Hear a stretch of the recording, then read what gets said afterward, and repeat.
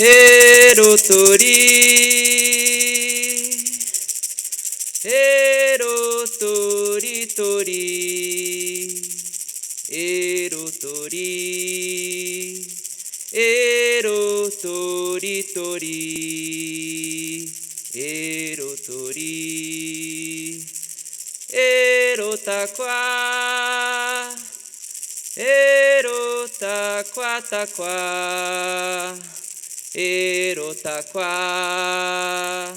erotaquá, taquá, erotaquá, erotori, erotaquá, erotori. Chondara quere por etego de evete. Eu queria começar essa fala muito inspirado nas falas que a Cris trouxe, que me antecedeu, mas sentindo com o corpo, com Rendu Porarã, esse momento também, aproveitando esse encontro, que é de muitos desencontros, trazendo esse canto que traz a consciência como foco. E antes de começar, de fato, eu queria também dizer que eu venho me apresentar, ou talvez até me representar, reencontrar, porque aqui a gente já caminhou. Aqui muitos povos indígenas já caminhou aqui e deixou o seu caminhar. E ao deixar esse caminhar, eu sou um desses representantes que está aqui hoje para reencontrar com vocês, depois de talvez muito tempo, sem a gente ter tanta presença indígena nesse espaço, nesse território vivo da Ilhabela. Esse território que pulsa no nosso espírito quando a gente chega aqui. E uma das grandes coisas que a gente ouve daqui da Ilhabela, que muitos de vocês também acabam até reclamando disso, que é essa experiência de estar aqui, quando chega aqui já corre atrás de um repelente para passar no seu corpo todo. Essa técnica ancestral, essa técnica que veio do nosso conhecimento indígena, que hoje está aí num tubinho, mas que foi o nosso conhecimento desse território, que foi possível isso ser executado hoje. E a partir disso, vocês reclamam, né? Muitos reclamam dos borrachudos. Esses borrachudos que estão aí incomodando a gente, picando a gente. Onde é que a gente vai, naquela praia mais bonita que tem, vai estar lá a presença dos borrachudos, todo mundo está reclamando. Nossa, que praga é essa? Que praga? Por que eles existem? Nossa, que ódio dos borrachudos. Mas assim como a Cris falou antes, eu retomo isso, falando que para a gente também tem a ver com o espiritual esse momento. Porque os borrachudos também têm espírito. Os grandes espíritos que cultivam esses seres que são essenciais para a nossa vida. Talvez os borrachudos sejam uma grande metáfora aí disso tudo. Que eles sejam um dos guardiões desse território. Que está ali nos incomodando, que está ali para realmente tocar a gente e falar, será que era para você estar aqui nesse momento? E se tiver, custe o que for, vai valer o seu sangue para você ter essa experiência nessa praia paradisíaca. Não vai ser completa essa experiência, porque você vai estar incomodado com isso. Mas esses seres estão aqui protegendo esse território. E talvez seja uma das grandes indícios de que é um território saudável. É um território que está vivo. É um território que está nos tocando. E está trazendo toda essa sabedoria desse pequeno, talvez até invisível ser, que está também acuado dessa experiência humana que a gente está trazendo.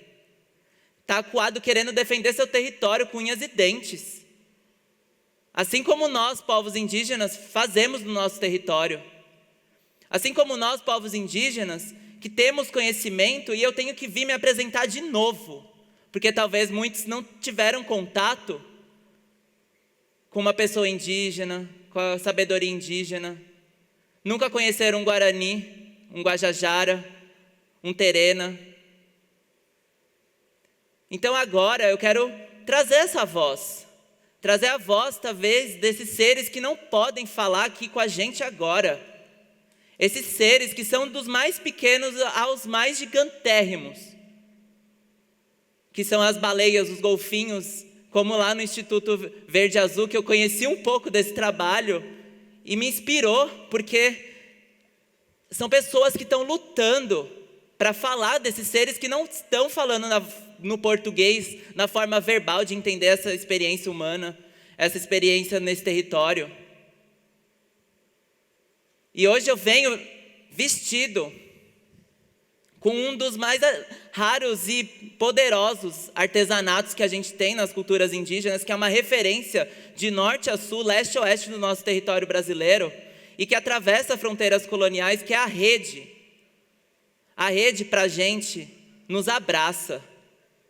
A rede para a gente é onde a gente precisa dessa pausa, desse silêncio, desse momento que a gente dorme, que precisa dormir, para que a gente possa acordar e ver a luz. Entrar na escuridão de si, para a gente entender o que a gente está querendo fazer nesse dia que vai raiar. Sem dormir a gente ia colapsar. Sem pausar a gente ia colapsar. E isso para a gente é saúde. Porque quando a gente deita numa rede, a gente gravitacioniza, a gente levanta, a gente está no alto, abraçado em duas árvores, ou numa parede, numa grande estrutura que nos fornece essa força para deitar e se recompor. E a partir dessa experiência, a gente pode ter tudo isso que a gente tem nesse território. Mais de 305 etnias, mais de 274 línguas que são faladas no território brasileiro, e que a gente se deslumbra de ver essa grande diversidade. Mas antes da colonização era mais de 1000 povos. Então a gente tem muito sim, mas a gente perdeu muito. A presença indígena não é só para fazer a cereja do bolo. A presença indígena é para a gente falar de quem estava aqui antes de qualquer coisa. E esse antes, o avô do avô do avô do avô, são esses seres que estavam aqui, esses seres pequenos, que estão conservando toda essa existência aqui para a gente, as abelhas, que são o que nutre esse território inteiro. Sem esses seres pequenos, a gente não seria esses seres que a gente é agora. Então, antes de se interpretar esse incômodo, talvez a gente tenha que fazer o trabalho inverso, de sentir com o corpo e ver o que é isso, o que é isso que a gente está se incomodando. Esse território precisa desses seres, esse território precisa ser falado que esses seres estão acuados dessa experiência humana. Eles estão aterrorizados com essa experiência humana. Hoje cedo eu estava indo pitar meu cachimbo e eu vi um calango, e eu e o calango a gente se assustou um com o outro, assim. E eu vi no olho desse calango o quanto qualquer pessoa já é um risco para ele.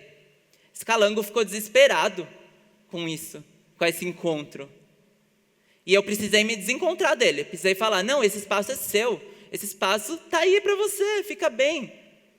Eu não vou ser igual os outros que querem só tirar você daqui porque o humano é o que prevalece. Então, a partir disso, eu trouxe também essa sabedoria da rede como uma exposição que traz a interpretação de que a rede não é só para falar de rede de dormir, apesar dela ser muito importante de ser dita, porque uma rede dessa demora uns 6 meses, 2 meses, varia de habilidade para artesã, mas demora, e é tecido, e essa sabedoria dessa tessitura dessas redes tradicionais estão se perdendo. Poucos hoje em dia sabem fazer uma rede de dormir. Poucos conseguem fazer uma tipóia para segurar o seu bebê. Fazer, tecer. E essa metáfora da rede que eu trago aqui, carregando no meu corpo, é para falar não só da rede, mas também dessa rede de relações que a gente constrói. essa rede de pessoas que faz ser possível a nossa voz chegar. E esse conhecimento foi muito trocado de indígena para indígena, de etnia para etnia, de povo para povo. Mas hoje a gente conta muito com a presença também dos não indígenas apoiadores que estão aqui sensibilizados e querendo somar com essa luta dessa conservação que não é só do ser vegetal, mas também do ser humano que protege o ser vegetal no seu território.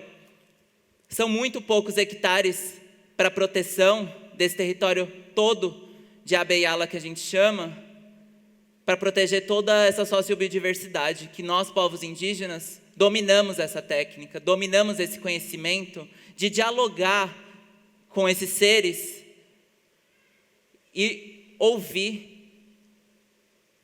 E a partir dessa escuta, a gente forma os nossos cantos, a gente forma os nossos nomes, a gente tem até nome de etnia, que é baseado a partir dessa troca com os seres animais que estão aqui presentes nessa Nheru.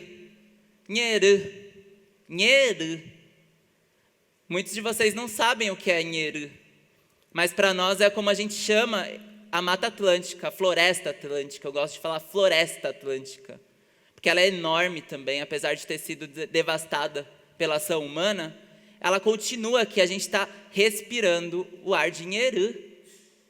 E Nheru para a gente, a tradução mais próxima seria aonde os espíritos se banham.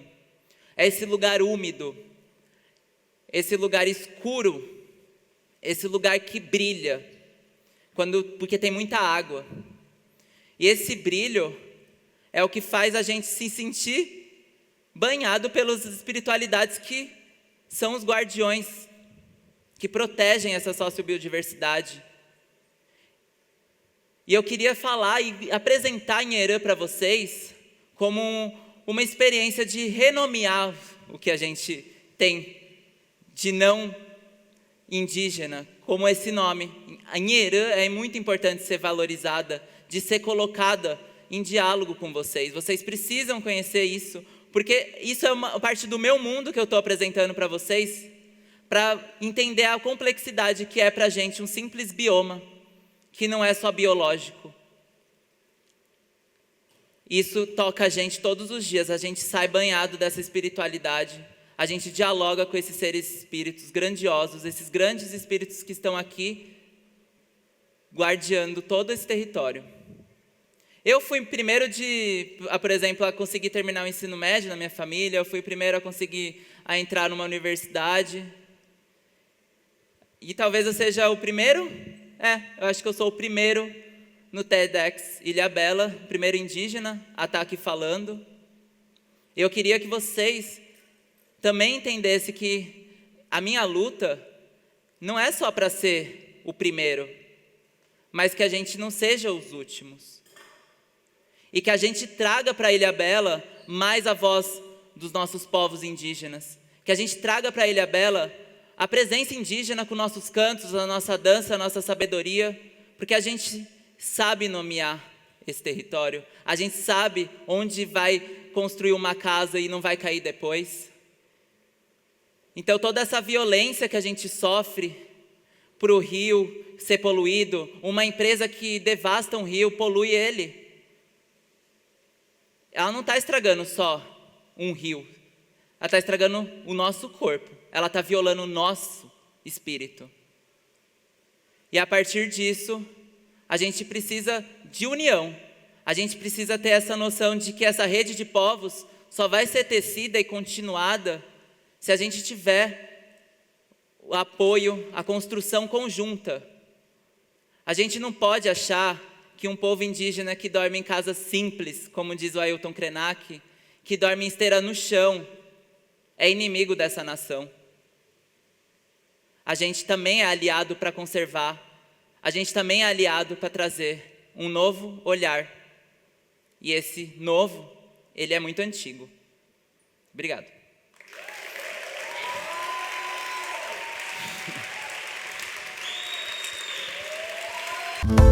Os aprendizados ensinaram a crescer, os sorrisos que ficaram nos fazem viver.